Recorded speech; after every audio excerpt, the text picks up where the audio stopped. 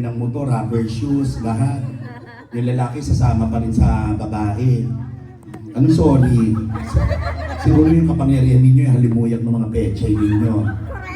Sorry, kaya ako nang bakla, sorry po. Nakakita kasi ko niyan, yung sa lola ko nakita ko, gara ng itsura. Parang bulldog na galit. Oh, nanay, gusto ko lang batiin yung mga senior citizen. Ayoko tawagin senior citizen kasi nakaka-offend yun. Yung mga survivor natin,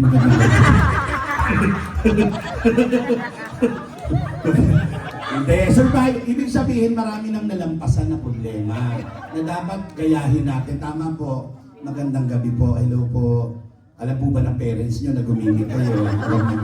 Baka nag-aalala na sila. Magandang gabi po. Ang gaganda ng kilay nyo po, parang logo ng McDonald's. Magandang gabi. Hello. Gano'n na po kayo katagal dito, mami? 16 years. 16 years. Gano'n po kayo ng gano'n?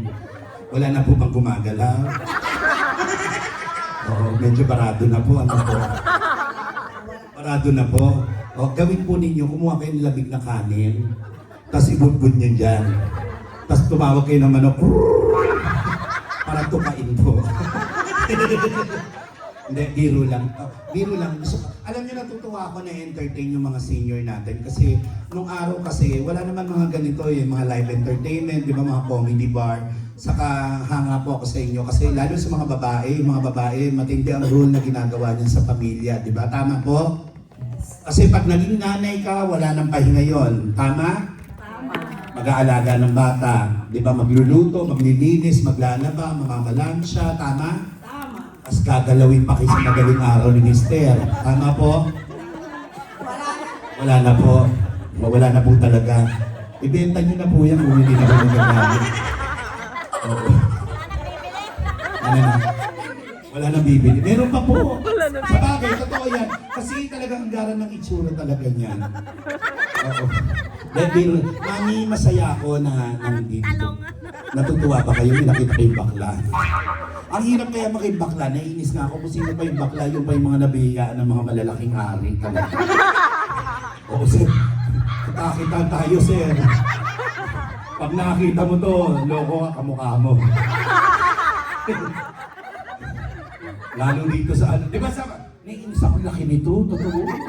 Di ba sa madaling araw ko sa nagagalit siya, nakita ng aso namin to, nakatayo, kung malulong akala aso din. Ang laki-laki nito, naiinis ako. Pinatok ko nga sa lababi, nakasabit kayo. Gusto makita?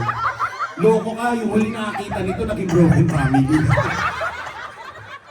Tapos naiinis ako, hindi naman siya nakakarawan, pero nabubulok. Oo, ang itim-itim.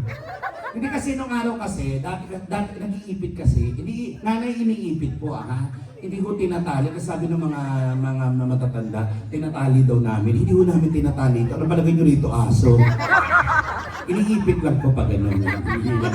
Kaya lang po, ang problema kasi pag sobrang haba, umaabot po doon sa butas ng puwet. Pagka ulog kami, tinatamaan yung ulo, nakikilitik kami gano'n. May isang beses na nabigla ako ng upo, nakagalaw ko sarili ko. Ginawa ko, tinapos ko na gumano gano'n. After nun, binayaran ko, tipid.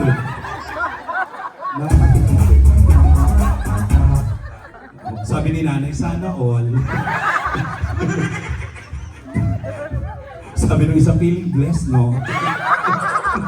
Hindi, mahirap po talaga maging. Kasi nung araw kasi, di ba magte-taping ako minute to minute, everyday show po namin. So sa gabi, papasok ako ng comedy bar. So uwi ako madaling araw.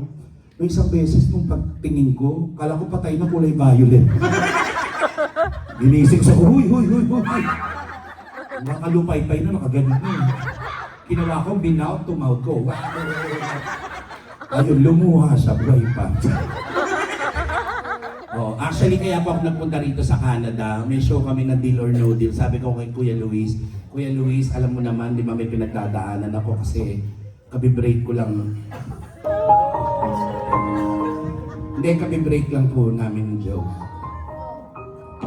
Ano po kami noon? 3 years kami noon. Binigay ko po lahat. Lahat binigay ko, rubber shoes, motor, kotse. Sumama pa rin po sa babae. Nandito po yung babae.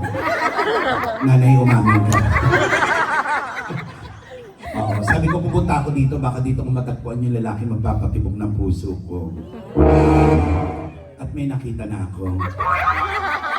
Kabukha siya ni Long Mejia.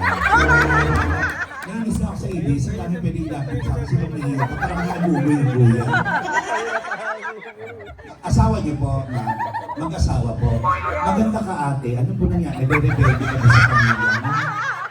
Huwag kang tumawa, ikaw yung pinagtatawanan. Ilan na po yung anak niya, sir? Ilan may anak na po? Wala pa. Gano'n na katagal na mag-asawa? Going 14 years, wala pang asawa. Baka naman mali ang pagtatalik na ginagawa niyo. Lahat ba ginawa niyo na? Okay lang, matatanda na tayo. Alam naman natin dito. Sa, na, gano'n. Hindi, bakit mo yung balat mo, yung sakto lang. Trinay nyo na yung dog style. Dog style. Natry nyo na po. Natry nyo na po.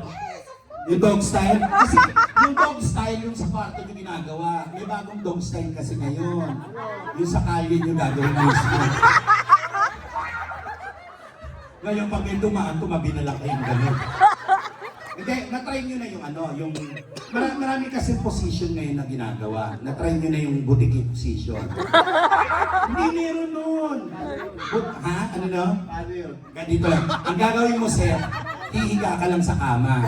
Si mama mag-e-effort. Ikaw magagaling ka sa kesa mo. Ngayon, sir, gagalitin mo lang yung pututoy mo. Ngayon, pag galit na yun, ma'am, sisitatin mo kayo sa kesa mo. Ngayon, pagka nakita mong galit na, talunan mong gano'n. Ngayon, pag hindi na shoot yun, yun ang boutique position. Gagano ka lang. Yun ang boutique position. Meron pang bago ngayon, na-try nyo na yung undox position.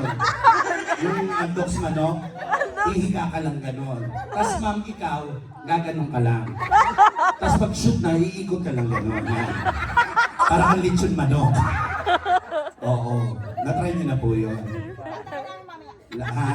Eh, i-try mo kuya yung ano, yung may alam ako. Kasi may pungso yan eh. I-try nyo yung, mag-try nyo yung sa bintana, tapos itapat mo yung itlog mo sa araw. Para paglabas ng bata, anak araw. Na-try nyo, may kapitbahay kami ganyan, hindi nagkakaanak. Sabi ko, sumayaw ka sa ubando. Sumayaw siya. Meron to kapitbahay namin. Sabi ko, sumayaw ko sa ubando kasi nagkakaanak daw. Sumayaw mula umaga hanggang hapon, sayaw na sayaw yung babae. O ayun yung gaganakunan. Buntis na pala po kayo, hindi nagpa-check. May experience na po kayo sa kagaya namin. Ano paano nga na meron po? Oo, namimili din kasi kami. Ano po? Magbabayad kami yan lang. Joke lang, biro lang. Biro lang. Okay lang po biruin kayo. O marami pa to, yan tama sa sarili ko. Kung ako sa'yo, lumipat ka na doon, hanggang ng oras ka pa. Masasakta ha? Ang VIP sa akin. Lahat tayo dito, pantay-pantay. Sabi niya, shit, kumimik ako yung nakitabi. Kala niyo magiging masaya siya. Sige, aawit din po ako, pero itong kakantahin ko para po sa lahat ng mga in love ngayong gabi. Sino ba rito yung natagpuan na nila yung forever nila? Si ate. Halata naman na masayahin si ate. Ganyan ang mga babae. Ang mga babaeng palangiti, ibig sabihin magandang sex life niya. Ibig sabihin araw-araw nababanatan niya. Pansinin mo yung mga babae na kasimangot o hindi nagagalaw yan. Sabi ni nanay, kagabi lang. Sabi ng katabi, sana all. Kaya sige, awit din ako ng love song, pero gusto ko may makasama. Okay lang sa mama.